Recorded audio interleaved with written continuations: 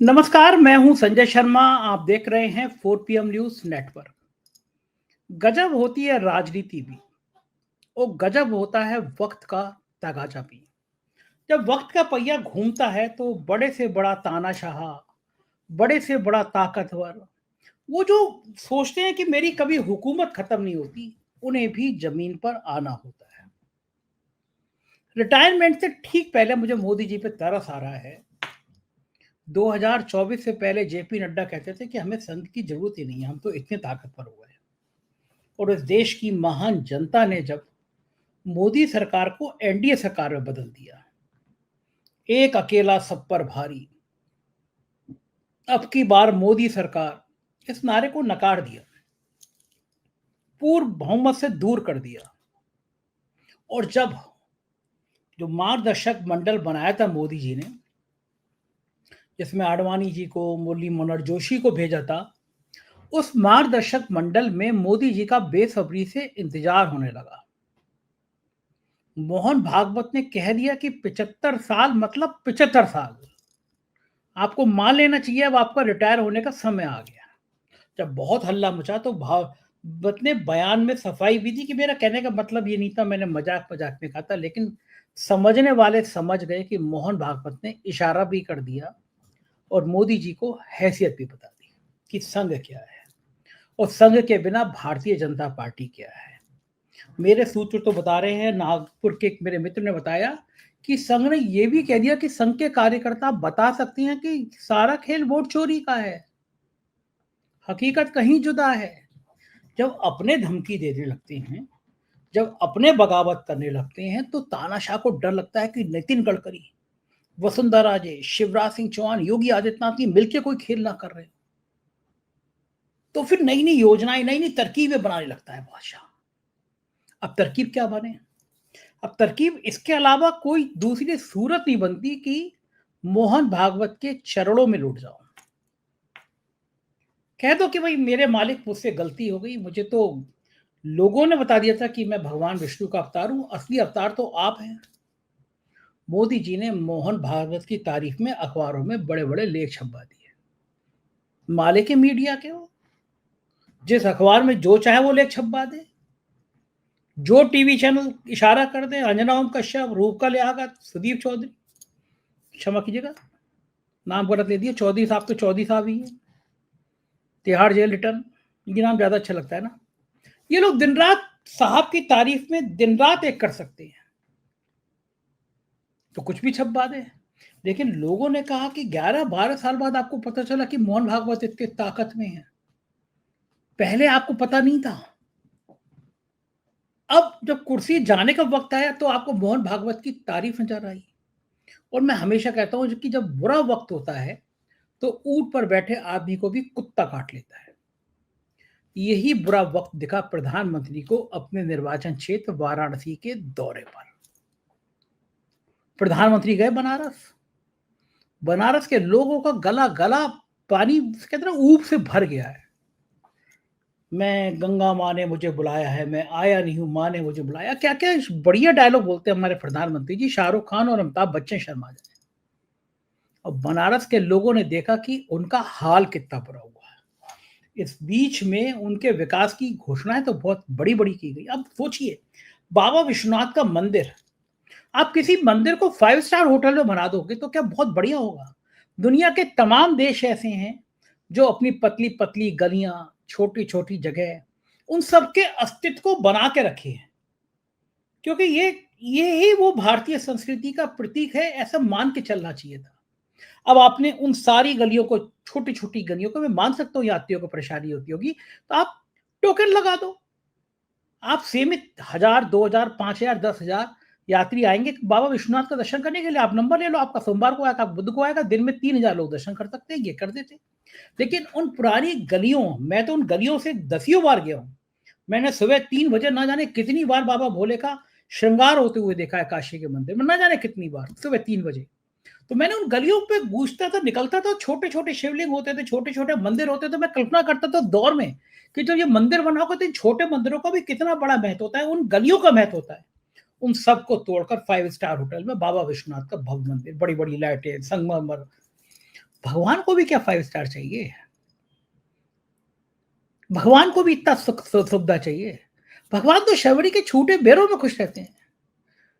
राम नहीं मिलते सत्ता के बेरों में, राम मिलेंगे शबरी के छूटे बेरों में।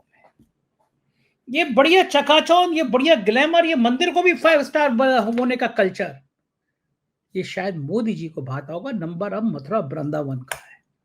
जब वृंदावन की गलियों के लिए कहा जाता है यहां कान्हा घूमते हैं रात में, या राधा चली थी रात में।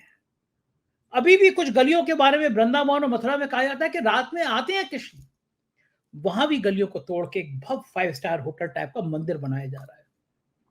दिल पे हाथ रख के देखिए, सोचिए आपको क्या पसंद है, वो भगवान के असली रूप या भगवान का बदला हुआ 5 स्टार रूप? भगवान को भी आप सत्ता के ग्लैमर में उनको भी इवेंट बना रहे हो। नतीजा ये हुआ कि बनारस में जब प्रधानमंत्री पहुंचे तो आज प्रधानमंत्री जी की आंखों में आंसू आ गए होंगे बनारस के लोगों का प्यार देखकर, क्योंकि भीड़ नदारद थी। प्रधानमंत्री जा रहे थे और भीड़ का आलम क्या था, मैं आपको छोटा सा ये देखिए कितने कितने लोग हैं, वो बैंड बाजे कितने कम लोग हैं। कभी इन बनारस की गलियों में प्रधानमंत्री निकलते थे, हुजूम था। अब देखिए लाइन से कार्यकर्ता खड़े किए गए हैं, लेकिन वो भीड़, वो नजारे गायब हैं। जो बनारस में हुजूम उमड़ता था, हुजूम गायब है। और अजय राय को प्रधानमंत्री के पहुंचने से पहले, कांग्रेस कमेटी के प्रदेश अध्यक्ष को पहुंचने से, मोदी जी के पहुंचने से पहले नजरबंद कर दिया गया। अजय राय हकीकत बताने जा रहे थे।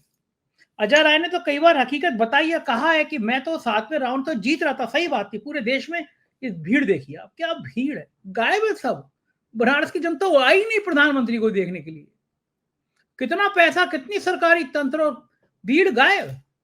अजय राय ने कहा कि मैं 7वें राउंड तक जीत रहा था, अचानक चुनाव आयोग की वेबसाइट बंद हुई, मोदी जी चुनाव जीत गए। अंतर भी कितना कम था। ये बता रहा है कि देश की जनता ने मोदी जी को टाटा बाय बाय करने का मन बना लिया है। आप वोट चोरी थे तो चुनाव जीत जाओ, मतलब वोट दे किसी को निकलेगा कमल के फूल को, इस सिद्धांत पे तो चल के जीत जाओगे आप। लाखों करोड़ों वोट नए आ जाएंगे, इस सिद्धांत पे तो जीत जाओगे। लेकिन हकीकत जब सामने आएगी तो ये तय बात है कि आप चुनाव नहीं जीत पाओगे, क्योंकि लोगों को समझ में आ गया कि आपका असली खेल क्या है, आपका असली रूप क्या है, ये लोगों को समझ आ गया। और मैं हमेशा कहता हूं कि तानाशाह को सबसे बड़ा डर ये होता है कि लोग उससे डरना बंद कर देंगे। कश्मीर पहुंचे थे संजय सिंह, आम आदमी पार्टी के तेज तर्रार फायर ब्रांड नेता संजय सिंह। और संजय सिंह को क्या किया गया? संजय सिंह को नजरबंद कर दिया गया, निकलने ही नहीं दिया गया। अब आप बताइए, मैं नजारा दिखाता हूं कि संजय सिंह गेट पे चढ़े जब फारूक अब्दुल्ला, उमर अब्दुल्ला मिलने आए।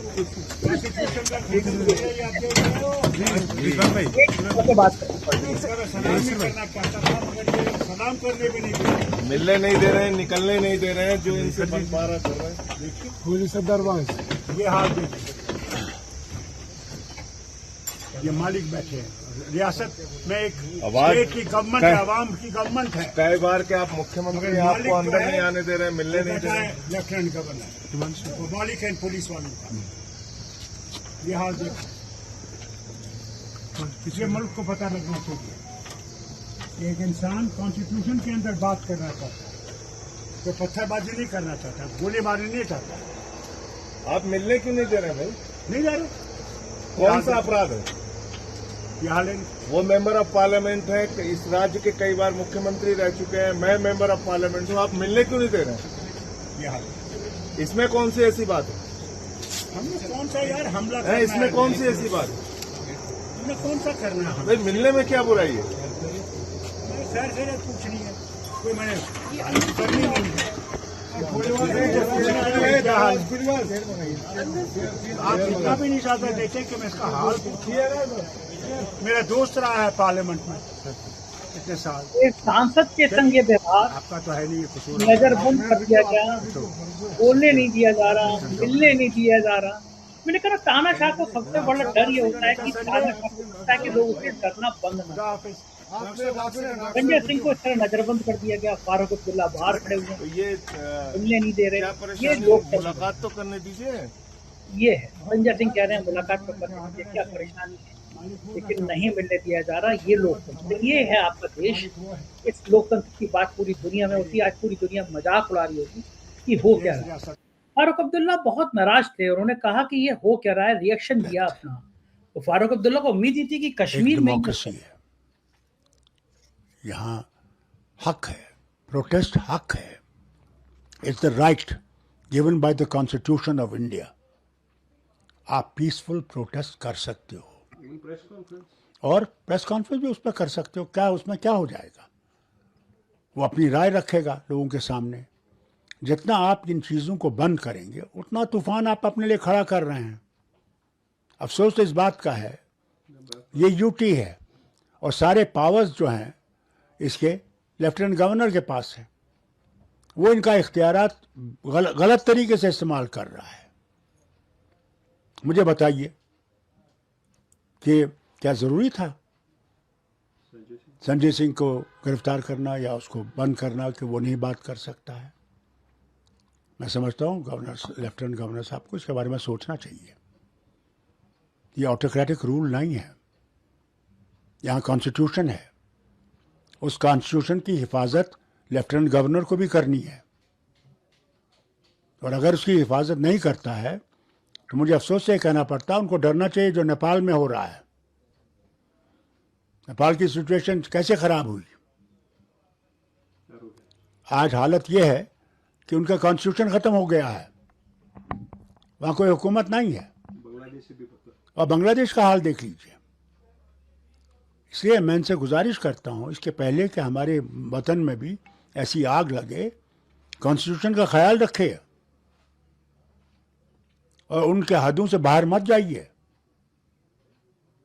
कोई यहाँ पत्थर नहीं मार रहा है, बात करना चाहते हैं, और बात करने से हमें आप रोक रहे हैं, तो ये क्या बात है? डॉक्टर साहब, चूंकि आप पार्लियामेंट में रहे, संजय सिंह को आप बखूबी जानते हैं, एक नरम स्वभाव का इंसान है, सिर्फ एक बहुत अच्छा इंसान है जनाब। मैं कहता हूं आपसे, ये बहुत गलत है, बहुत गलत है। मैं तो इसे समझता हूं ये गलत होना है। ये डेमोक्रेटिक राइट्स इसको खत्म करना चाहते हैं। शायद इसलिए भी एक एमएलए को अरेस्ट करना, ताकि जो दरगाह का सानिया हुआ है उसको डाइवर्ट करने के लिए। हो सकता है, ये कुछ भी कर सकते हैं, मगर मैं ये कहूंगा, इनसे बार बार कहूंगा कि आईन का खंडन मत कीजिए, हमारे लिए और मुसीबतें मत खड़ी कीजिए। हम पहले एक तूफान से निकल रहे हैं, ये जो सैलाब आया है और बुरी हालत है, लोगों के घर चले गए हैं, ज़मीनें चली गई हैं। उसके बाद जो पहलगाम के बाद हुआ है, सारा टूरिज्म ठप हो गया है। आज रोड बंद हो गया है, 8 दिन से बंद था। महंगाई आसमान से छू रही है। गरीब आदमी जाएगा तो जाएगा कहाँ? यहाँ से हमारे आज एप्पल्स का बाहर जाने का है, वो सड़ जाएंगे। इतने करोड़ों का नुकसान कौन बर्दाश्त करेगा? इनको खुदा के वास्ते, इनको मेहरबानी करके ये सोच के करना चाहिए। सुनने में आया है कि 30-40 लोगों के लिए एफआईआर शायद किया जाएगा दरगाह हजरत पर। उससे और इनके लिए मुसीबत खड़ी हो जाएगी, एक और नफरत पैदा हो जाएगी जिसको हम फिर कंट्रोल नहीं कर सकेंगे। मैं से बार बार मनोज सिन्हा साहब से गुजारिश करता हूँ, ऐसे काम मत करिए जिनसे मुल्क एक मुश्किल से गुजरेगा।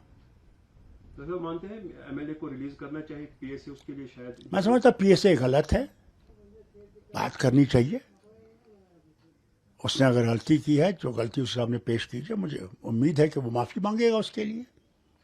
और जेल बंद करने से कुछ आपको हासिल नहीं होगा। आपका अपना एक तजुर्बा है, नजरिया है। जो नेपाल की सिचुएशन है वो एक अना की वजह से हुई है, एक दोस्त दबाव की वजह से हुई, बहुत चीज़ों से हुई है। सबसे बड़ी चीज़ तो वो करप्शन था, वहाँ हर तरफ से था, और बेकारी बदहाली इतनी थी कि बयान नहीं कर सकते। और बेकारी हमारे वतन में भी कम नहीं है। इसके बजाय कि हम उसके लिए रास्ते निकालें, हम उन चीज़ों को इस्तेमाल कर रहे हैं जो हमारे लिए मुश्किलें खड़ी करेगा आगे के लिए।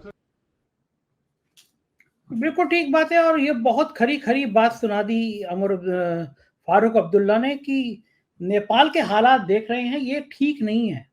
और ठीक बात है कि अगर भारत में भी ये सब चीजें होंगी तो हम भले हिंसक ना हो, तो गांधी जी के अनुयायी हैं, लेकिन मुल्क के लिए तो ठीक नहीं है। सुनिए मुख्यमंत्री उमर अब्दुल्ला भी कितने नाराज हैं संजय सिंह को इस तरह रोके जाने और से। डॉक्टर साहब भी वहां पे गए और उनको भी इजाजत नहीं मिली। आप लोग सवाल ऐसे पूछते हो जैसे कि संजय सिंह साहब झूठ बोल रहे हैं। ये उनका क्लेम नहीं है, ये हकीकत है। बदकिस्मती से जब कभी ये होता है, बार बार मीडिया के तरफ से, टेलीविज़न चैनलों के तरफ से, अखबारों के तरफ से ये बात आती है कि हम क्लेम करते हैं। ये क्लेम नहीं है ना, ये सच्चाई है। 13 जुलाई को हमने क्लेम नहीं किया था कि हमें बंद किया गया था, हमें बंद रखा गया था। हमने 14 जुलाई को क्लेम नहीं किया था कि हमारे साथ हाथापाई हुई, धक्के मारे गए।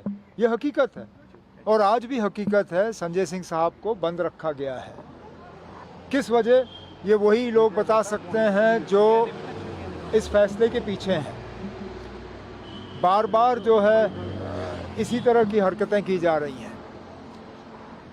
कहने के लिए तो कहते हैं कि जम्मू कश्मीर में सारा कुछ ठीक है, माहौल अच्छा है, लोग खुश हैं, सारा कुछ जो है वो एक नया जम्मू कश्मीर बन रहा है। लेकिन हकीकत ये है कि जब देखो तो ये लोग सख्ती के अलावा और कुछ नहीं करते। इन्होंने सख्ती हमारे साथ की, इन्होंने गलत कानून इस्तेमाल किया है महराज मलिक को गिरफ्तार करने के लिए। गिरफ्तार करने का कोई वजह नहीं। अब चलिए, अगर उनके बिहेवियर में या किसी ऐसे चीज़ में किसी को शिकायत हो तो असेंबली सेक्रेटेरिएट के साथ उठाइए, स्पीकर साहब से उसके बारे में बात करिए। लेकिन पीएसए कानून एक एमएलए के खिलाफ लगाना वो गलत। अब उस गलती को आपने और ज़्यादा बढ़ा दिया। एक राज्यसभा के मेंबर को आपने गैर कानूनी तौर बंद रखा है। किस कानून के तहत? क्या आपने उस पर कोई ऑर्डर सर्व किया है? क्या कोई प्रिवेंटिव डिटेंशन का ऑर्डर है? मर्जी आई तो आपने गेस्ट हाउस का गेट बंद कर दिया। ये ठीक बात नहीं है ना। ये जम्मू कश्मीर की जमहूरियत के लिए ठीक नहीं है और इसका जो मैसेज, इसका जो पैगाम लोगों में जाएगा, ये बहुत गलत है ना। और जो लोग ये कर रहे हैं उनको अपनी हरकतों पे जो है सोचना चाहिए। ये सवाल सिर्फ संजय सिंह को बंद करने का नहीं है, सिर्फ अजय राय को रोकने का नहीं है। सरकार इतनी डर गई है, सरकार इतनी परेशान हो गई है कि वो राहुल गांधी के साथ भी ये व्यवहार कर रही है। राहुल गांधी रायबरेली पर आए तो मिनिस्टर दिनेश प्रताप सिंह खुद उतरने आ गए सड़क पे, गदर काट दिया कि राहुल गांधी ना आ पाए, ना सुन पाए। और राहुल गांधी फिर वोट चोरी का मुद्दा कैसे उठा रहे हैं, सुनिए। आपको सबूत देने वाले हैं। पूरे देश में नारा चल रहा है, वोट चोर, गद्दी छोड़ का नारा चल रहा है। आग जैसे फैल रहा है, क्योंकि सच्चाई है।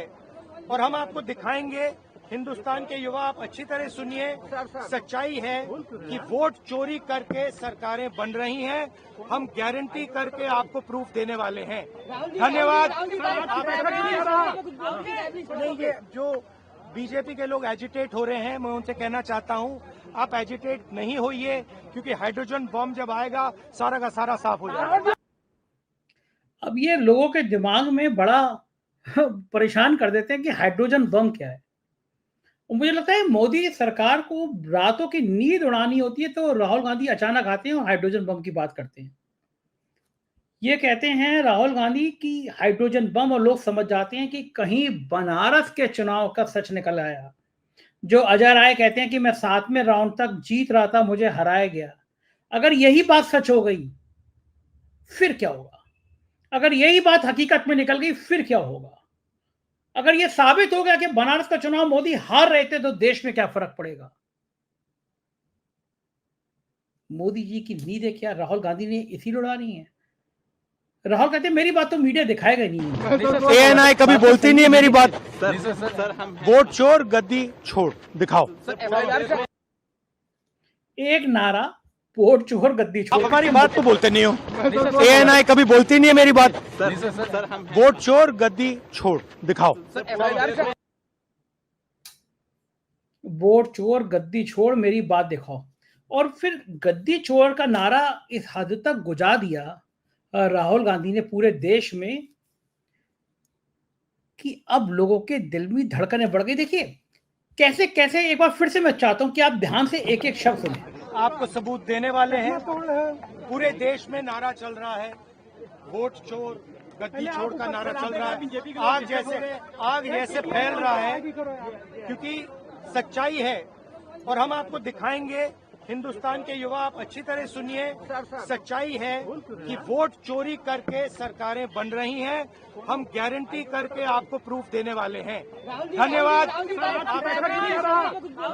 नहीं, ये जो बीजेपी के लोग एजिटेट हो रहे हैं, मैं उनसे कहना चाहता हूं, आप एजिटेट नहीं होइए, क्योंकि हाइड्रोजन बम जब आएगा सारा का सारा साफ हो जाएगा। इसी हाइड्रोजन के बम के चक्कर में मोदी जी भागवत की तारीफों में लेख पर लेख लिख रहे हैं। नागपुर चले गए। उनको डर है कि राहुल गांधी की लोकप्रियता जिस तरह से बढ़ रही है, उनको डर है मोदी जी को कि राहुल गांधी जिस तरह से छा रहे हैं, उनको डर है कि अगर यही रहा रवैया तो कहीं बगावत ना हो जाए। उनको लग रहा है कि भारतीय जनता पार्टी के सांसदों में डर हो रहा है। कल डिग्री दुबे, वो भूल जाता, निशिकांत दुबे, वो कह रहे थे कि हम भारत को नेपाल, बांग्लादेश, थाईलैंड नहीं बनने देंगे। अरे भाई, बना कौन रहा है? तुम डर क्यों रहे हो? भारतीय जनता पार्टी के सांसद खौफ खा रहे हैं कि भारत कहीं वैसा ना बन जाए। तो तुमने ऐसा कर्म कौन सा किया भाई, कुकर्म कौन सा किया है कि जो भारत नेपाल जैसा बन जाएगा? अब तुम्हारे कर्म ठीक नहीं है, तुम्हारे कुकर्म में इसमें मैं या कोई दूसरा क्या कर लेगा? हकीकत यह है कि भारत में जिस तरह से बेरोजगारी बढ़ी है, जिस तरह से 700-800 किसानों ने आत्महत्या कर ली और सरकार पे फर्क नहीं पड़ा, जिस तरह से मध्यम वर्गीय परिवार की कमर तोड़ दी है इस महंगाई ने, उसने साबित कर दिया है कि अब लोगों में गुस्सा बढ़ रहा है। और जब गुस्सा बढ़ता है, जब तनाव बढ़ता है, जब क्रोध आता है, तो बड़े से बड़े बांध भी टूट जाते हैं। और यही सरकार को लग रहा है कि अगर ये बांध टूटा तो फिर स्थिति खराब हो जाएगी, तो फिर स्थिति बिगड़ जाएगी। और मुझे लगता है कि अब पानी गले गले तक आ गया है। सरकार को सचेत होना चाहिए, जनता के काम करना चाहिए। मैं चाहता हूं कि आप भी मुझे बताएं कि आपकी इस विषय में क्या राय है। चैनल को सब्सक्राइब और ज्वाइन करें। बहुत बहुत शुक्रिया। Thank you.